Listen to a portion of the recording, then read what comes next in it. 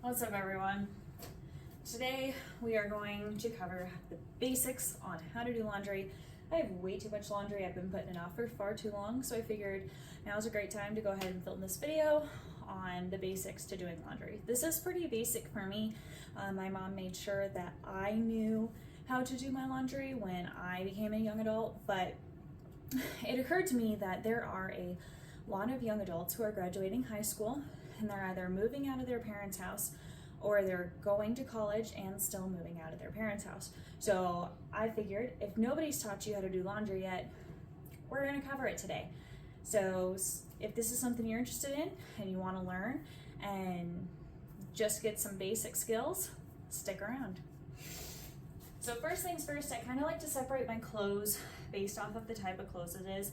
I know certain people don't like separating their clothes. I have found that it's necessary for me to separate my athletic clothes and things like undergarments and socks into one section, and then regular everyday clothes into another pile, just because those athletic active clothing, they tend to hold onto your perspiration a little bit more than your regular everyday clothes. And I noticed if I washed them together, my normal clothes would start to take on like a bit of a musky smell, which we'll also address here in a minute. So that's what I'm doing right now. I'm separating out my laundry and then we'll go downstairs. I do also, as a personal preference, like to separate my light clothing and my dark clothing.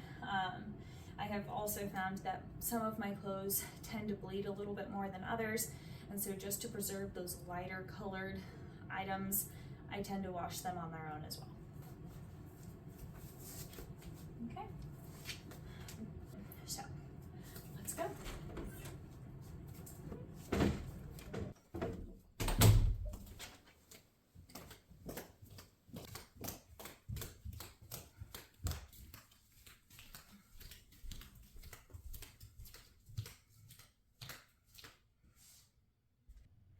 Okay, so now that we're here, it's very important to remember that when you're doing laundry, depending on the type of machine that you have, you need to know whether or not it is a high efficiency HE machine or not, because that'll dictate the type of laundry detergent that you use. I did not inherently know that I would need a certain type of laundry soap for our washers and dryers until I was taught that. So not all laundry detergent is made the same. So just something to keep an eye out for. And then if you have specific needs, like you have sensitive skin, so you can only use certain types of detergent, that's something to keep an eye out for as well. So now all I do is I just throw my laundry into our washer and dryer. So for our washer and dryer specifically, we don't have the inner coil, the agitator, I believe it's called. We just have an open bin, and this open bin, all it requires is that the laundry or all of the clothes is on the outside, and we at least leave a little bit of a hole in the middle to keep the barrel, I believe it is, from getting off balance and topsy-turvy. So we're just going to get all of our laundry in here.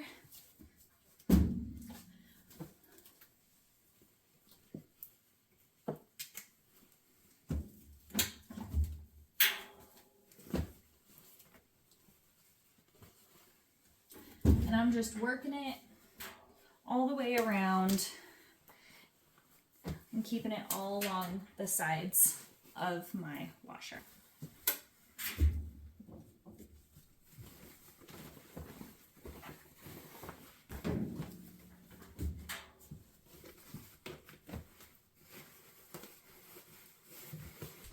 Okay, so the next thing that I'm going to do for you ladies is I'm going to use a garment bag for my sports bras and my athletic tops that have that little insert, just to keep the insert from getting pushed and flopped around throughout the whole washer. And if the little insert does fall out, it's contained in this bag, and then I'm not playing find the insert later on. And I'll generally, depending on the size of the bag, you can put anywhere from 1 to 3, but I like it that they keep These little bags keep everything contained. You also want to make sure you don't overly fill these bags. You do want them to have a little bit of room to move to ensure that the soap, as the rinse cycle is going, does have an opportunity to completely rinse out.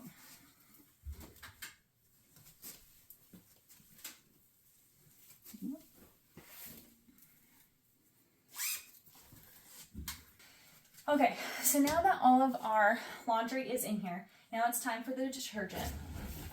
I make my own laundry detergent, and I did make sure when I found this specific recipe online that it was for a high efficiency machine, which is what we have here.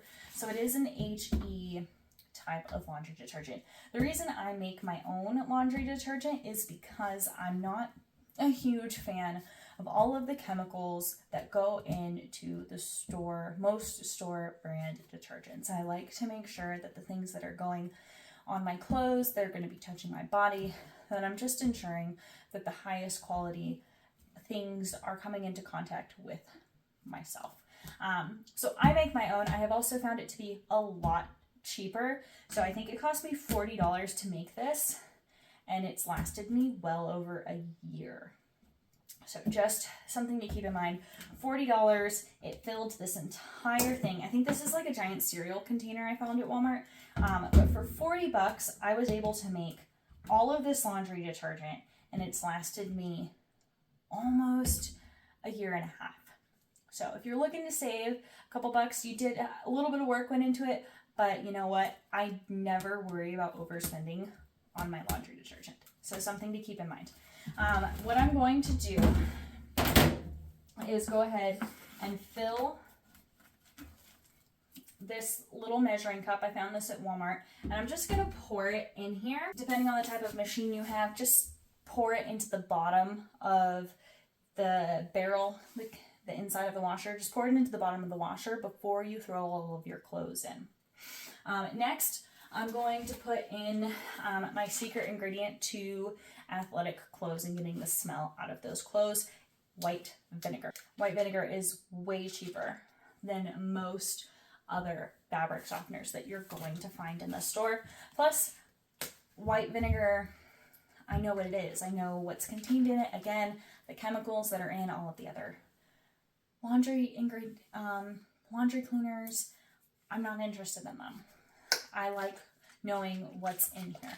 So I'll just add a couple of drops of essential lavender oil, which kind of helps take away a little bit of that vinegar smell. The vinegar smell doesn't stick, I'm telling you right now.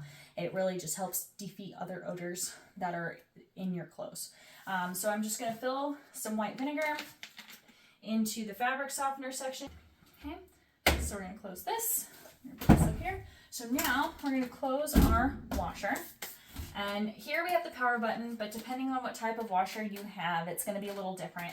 Generally, if you have an older style washer, it'll give you a list and walk you through what the different symbols and different settings on your washer are. So that's something to keep an eye out for. So for me, we're going to turn this on. We have all these different settings. There's an activewear setting, but I don't like the activewear setting personally, so I just manually set all of my preferences.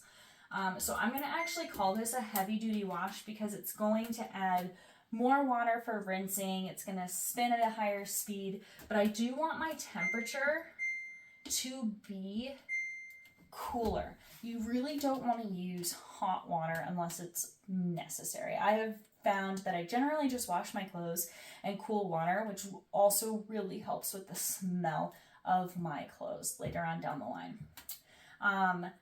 So that's it. I just make sure I wash in cool water with high spin, with a heavy soil, and I just let it go. So we'll come back once it's time to flip the laundry over, and we'll walk through how to go through the drying process and what the dryer settings look like.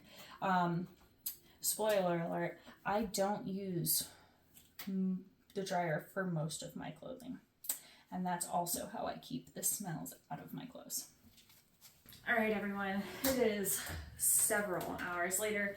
We got caught up power washing the front of our house, if you have an HOA, you know the struggle with an HOA, and they told us we needed to paint our house when in fact it was just dirty and we were power washing it. So it is now probably over 3 hours later, but we're getting to our laundry now and we're going to switch it over. Okay, so one of the first things that you want to do when you are changing over from the washer to the dryer is clean your lint trap.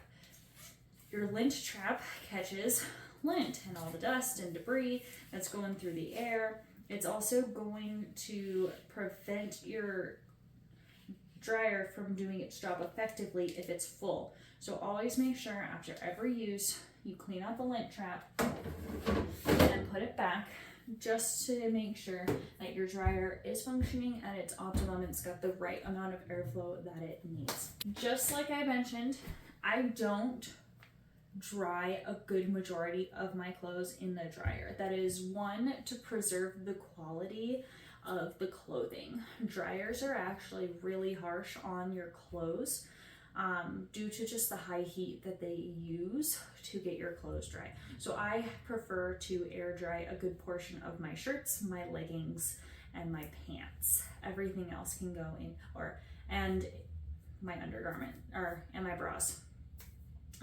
It's a personal preference of mine. So I'm going to throw the things that I want to air dry over into my basket, and then the rest of my things will go into the dryer. So one of the reasons that I prefer to hang dry a good portion of my clothing, especially for my athletic gear, is because I don't want to cake in any potential scent that is still stuck within the clothing item. There is a way to strip your clothing if you notice that you can't get a smell out of them, or if they're starting to take on like this weird texture that's not quite normal. There's a way to strip your laundry, but to help offset stripping the laundry and keeping things from being caked on, I just prefer to air dry a good portion of my clothing.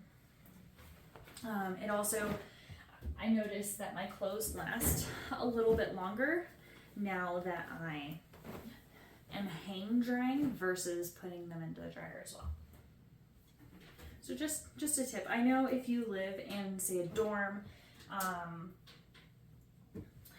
your options are a little more limited. You don't have quite the room. At that point, I mean, obviously use the dryer because convenience. There's nothing wrong with that. This is a choice I made many years after moving out of my parents' house and moving out of an apartment, actually. So like socks and stuff can go into there. My sports bras I also do not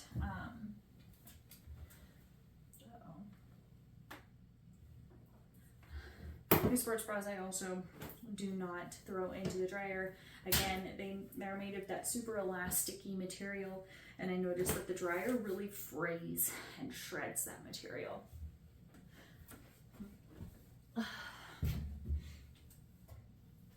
We have an incredibly deep washer, so I pretty much have to like dive into there. So the next thing I'm going to talk about is wool dryer balls. Again, if you live in the dorms, these might not be as practical. I'm not too sure. Again, I never lived there, but maybe throw them in with your clothes and make sure you take them when you leave. I don't know. But I have found that I do like wool dryer balls better than dryer sheets. These cost me probably like $8, and they have lasted for about a year. Okay, so $8 in a year versus a pack of dryer sheets with chemicals and who knows what else in them. I'll take the wool dryer balls, and for added fragrance and fresh scent, I just put a couple drops of my lavender essential oils on here, and my clothes come out smelling refreshed and great. So that's all it takes. It doesn't take very much. I used to think you had to like douse the whole dryer ball in the essential oil. You don't. You just need like a very little bit. But that is it. I choose for My drying items, not to do a super intense heat, again, to preserve the quality of my clothing. But again, it depends on what is best and easiest for you. If you've got a time crunch and you really need your clothes to be dry within the hour, obviously you may want to use a higher heat. Just be cautious of the type of clothing items that you're putting in here. There are certain fabrics that just do not handle drying well, and they do prefer a slow air dry instead of intense heat being applied to them. Some of those items, I believe, are more of your dressier items, so you have to dress up. Like business clothing very much does not like going into the dryer with that intense high heat. With that, if you have a dryer like ours has a couple of interesting settings to include steaming type settings. So if we needed to, we could wrinkle away our clothes. So say you forgot something in the dryer, or you took things out of the dryer but then left them in the basket. If I needed to, instead of ironing, I could chuck it back in here, and the dryer will go ahead and steam it and dry it, and it'll get all the wrinkles out. That's in your more newer style type of dryers. The older dryers, I believe, kind of have like a wrinkle press setting, but I don't know logistically how that works. I just know how ours works. But that's about it. I'm gonna choose a time drying because ours goes based off of like a sensor, and I don't like its sensor settings. I don't feel like it works quite as well as I would like, and it tends to stop the dryer before everything's completely dry. So things tend to have a dampness, and when life gets busy, as it usually does for us, and I forget, then the clothes sit and they start to smell. So I prefer to do a time dry and set the specific time that I want my dryer to be running, and then I'll come back and check again if I remember and if I have the time. So all right.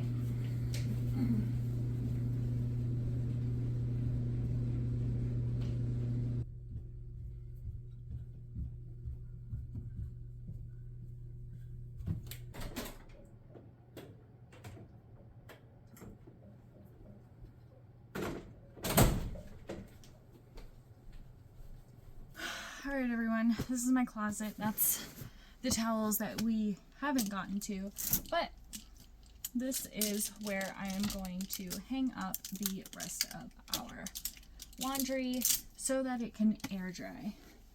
And so all I'm gonna do is bring this here. I'm gonna throw all of those down, and then nothing too special. I turn the shirt right side out, and we hang it. And I'm gonna give it a little bit of space so it has some room for some airflow, because if we don't give it airflow, it's not gonna dry very well. It's gonna take longer to dry, and then we're not avoiding that musky scent that we can get if the dryer also doesn't dry properly.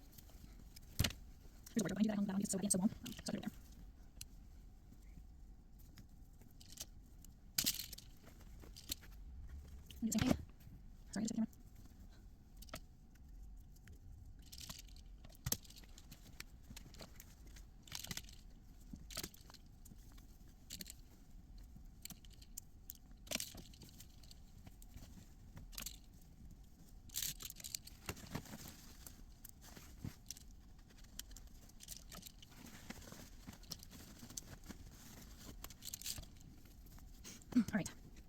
Well, friends, as you can see, I tried to keep everything, you know, spaced so that we got some airflow. It's a little congested over here, so I may slide some things over this way just to give this all some more room to breathe. And then once it's dry, I can just push everything where it needs to go, and we can call it a day. But that's it. Laundry is not too terribly difficult if you know some of the basics. Once you know the basics, laundry's a breeze. I hope you found this helpful and a little educational, or if you know somebody who would benefit from this, or if you benefited from it, I just want to say thanks for stopping by. I'd appreciate it if you shared this if you know somebody who would benefit from this. And if this is the type of content that you're interested, basic life skills to help you survive and thrive, I would like to encourage you to consider subscribing, because there's so much more where that came from. I hope you have a wonderful night, and I'll see you next time. Bye.